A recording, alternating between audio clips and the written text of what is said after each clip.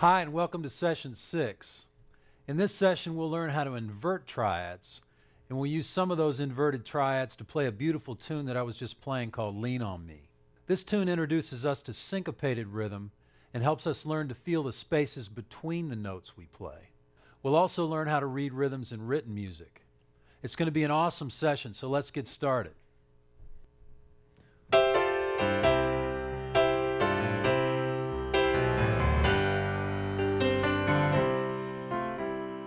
In learning the C, F, and G major triads and the others generated by the C major scale, we've played these chords in root position.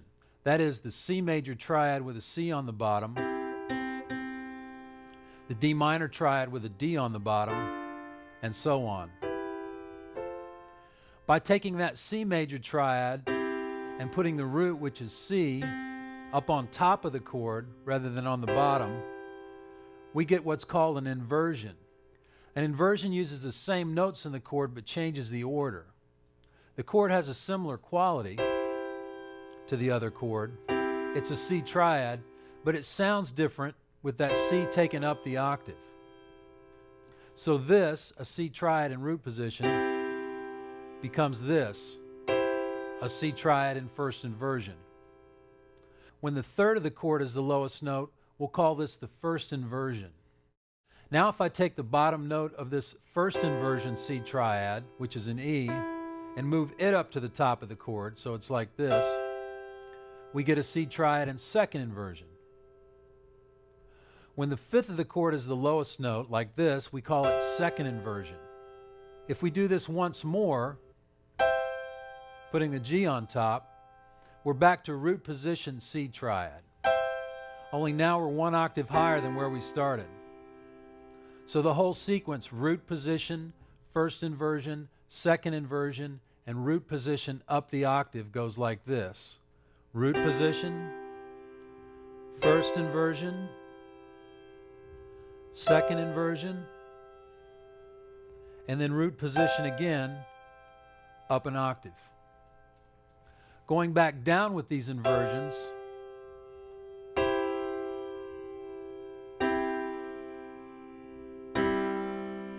you'll notice that when we get an octave below middle C, the chords start to get pretty dark and muddy down in the bottom end of the piano.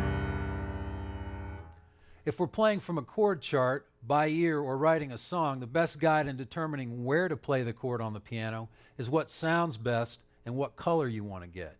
You'll most often want to play chords in the meaty mid-range of the piano, like our first chord progression.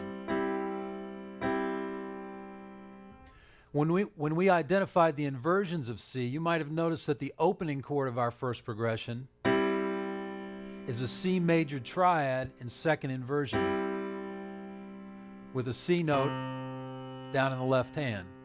We didn't know what to call it then, just that it was this sound, this shape, and these notes on the keyboard, and then it sounded cool going to the next two chords, which is the most important thing anyway. All this moving around of that C triad brings us to this nugget. Any chord you can play can be inverted by putting the bottom note on the top or the top note on the bottom. Anytime you learn a new chord, try inverting it this way and hear the different color it has with different notes on the top, bottom, and in the middle. In the spirit of this inversion idea, let's take the middle chord of our first progression and we'll invert it. We had an A, middle C, and E in the right hand, and an F an octave and a half below middle C in the bass. Now let's put that A that's on the bottom of that chord up on top of the chord. Now you've got an inversion with C, E, and A, and the same F in the bass. We don't know what to call this chord yet or what inversion we've moved to, and we'll get to that eventually. Right now we just know the chord by sound and shape. Hear how this inversion sounds when compared to the original one. By the way, both of those are F major 7th chords, and we'll get deep into major 7ths in a few sessions. A great example of using inverted triads in the key of C is the familiar piano chords that go with the classic soul tune, Lean on Me. This is one of my favorite bits to play on the piano. So let's learn to play it. First, I'll play it for you. 1, 2, 3, 4.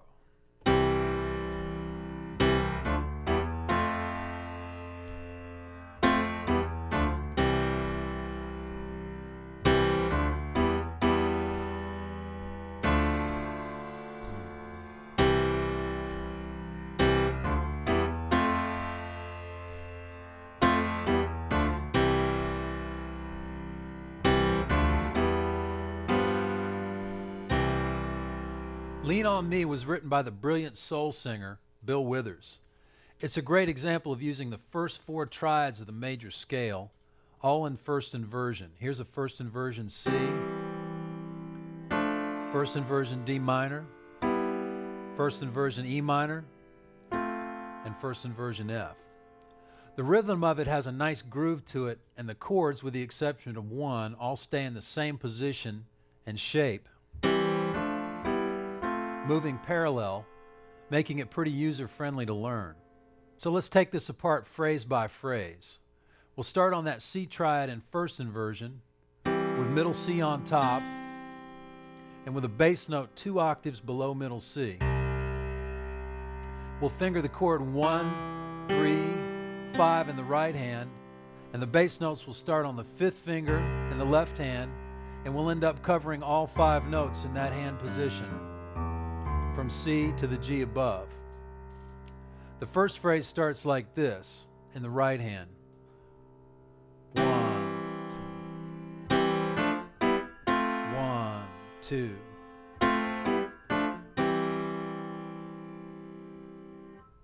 The left hand follows it. 1, 2, 3, 4. 1, 2.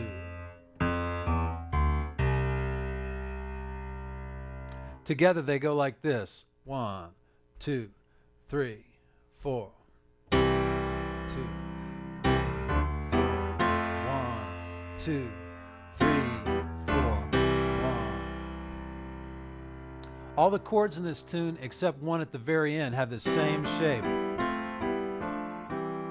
It's important to feel that pulse in time while you're playing this tune, as these chords have what's called a syncopated rhythm to them.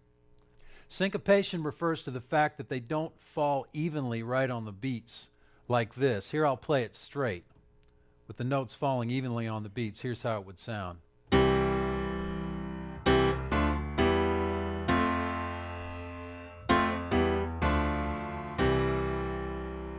Instead, some of them have accents that fall on upbeats, so it ends up sounding like this.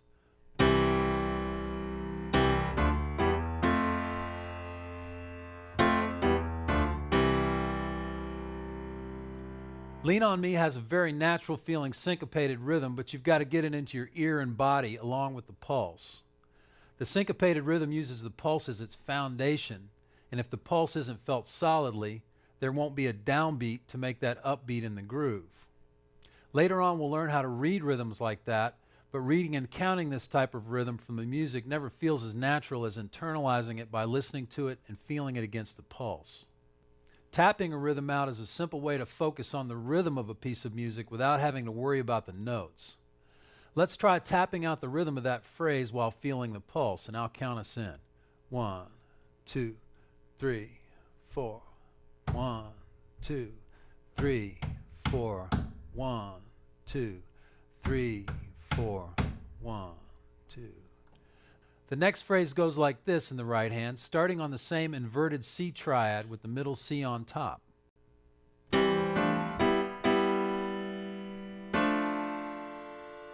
The left hand on this phrase stays parallel with the right hand, so it's like this. Here's the second phrase, both hands in time. 1, 2.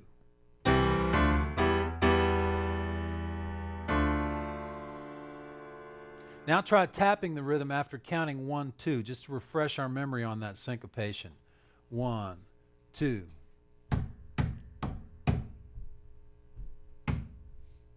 Now play phrase 2 again in time. 1, 2.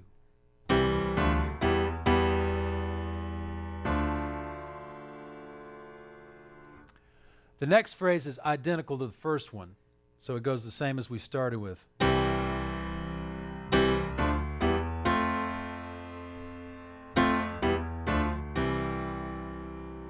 The last phrase starts with the same first 3 chords as the second phrase, and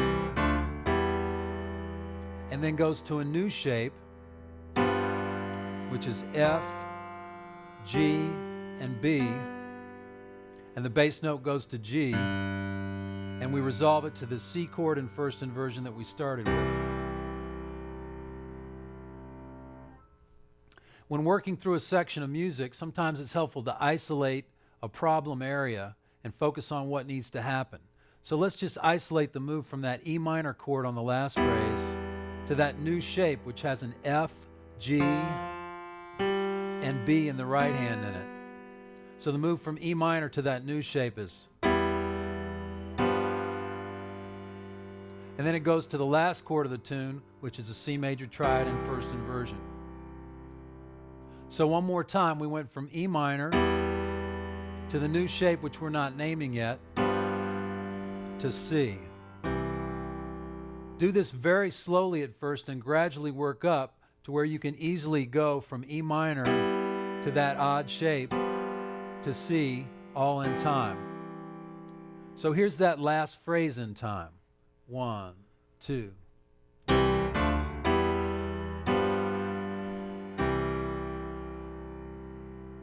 Okay, now let's put all these pieces together. Let's review the phrases individually, and I'll count 1, 2, 3, 4 before beginning that first phrase. 1, 2, 3, 4.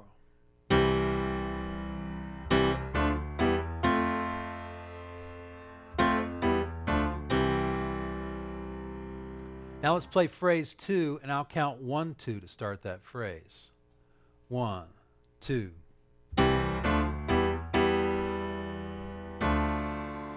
And then phrase 3, I'll count 4, and remember it's exactly the same as the first phrase.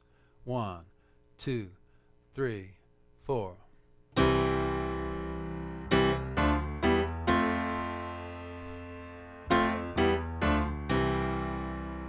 And then finally phrase 4, the one with that odd shape there. And I'll count 2 on this one. 1, 2.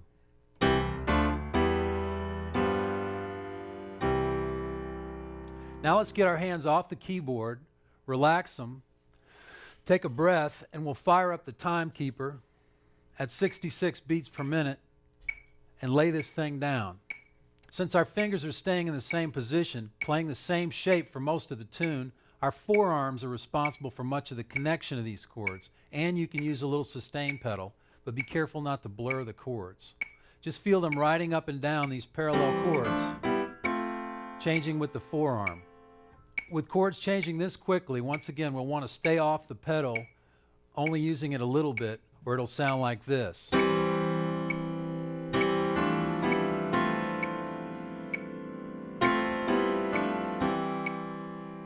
Let the metronome establish the pulse for you, and we'll count ourselves in and play the whole thing. 1, 2, 3, 4. 1, 2. 1, 2.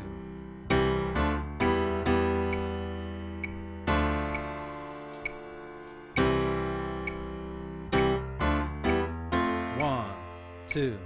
1, 2.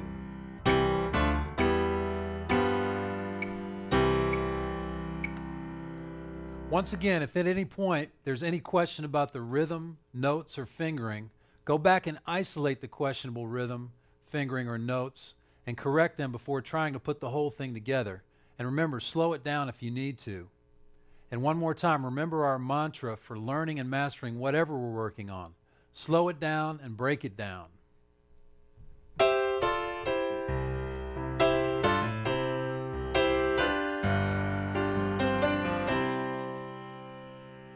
So far we've been playing rhythms by rote. Now let's get acquainted with reading rhythms on written music by taking a look at a progression we've learned by rote. We'll go back to our first chord progression, and written out it looks like this. We know where these notes are on the keyboard and how the rhythms sound. Now while I play it, let's focus on the written representation of the music. 1, 2, 3, 4.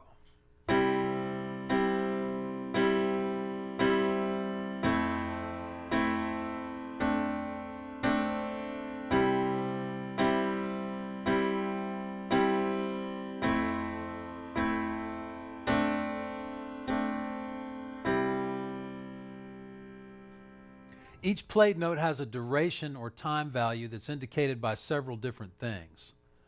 First, the shape of the note head can tell you how long a note is. What type of stem or flag it has, if any, can also determine a note's length. The most basic unit of rhythm is usually, for our purposes, the quarter note, and it looks like this. The quarter note gets one beat of the pulse we're counting in. Its name refers to the fact that it takes up 1/4 of a 4-beat bar. Now let's look at the right hand of that first chord progression written out again. Notice that all the right hand chords are quarter notes. They have a stem and their heads are filled in, and these quarters sound like this.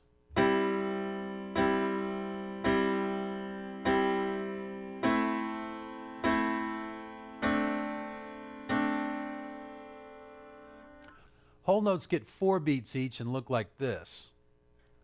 The term whole notes refers to the fact that they last for a whole 4-beat bar. Half notes get 2 beats each and look like this and take up half of a 4-beat bar. One more time, let's go back to that first chord progression. And before we played it in quarter notes, we outlined the progression with 4 beats on the first chord and 2 beats on the next chord, like this. 1, 2, 3, 4. 1, 2, 3, 4. Let's look at that version written out. The 4-beat notes are whole notes and look like this on that first chord. Whole notes have no stem, just an open oval. The next 2 chords last for 2 beats each and are half notes. And half notes take up a half of a 4-beat bar, and they have stems and an open head. Eighth notes get half a beat each, and they take up 1/8 of a 4-beat bar and look like this. When we broke up the first chord progression to make our first broken chord progression in order to give it some movement like this, we were playing 2 notes for every single beat. So if each single beat is a quarter note, then those notes that are twice as fast are eighth notes, a half a beat each, and they look like this on the music going by.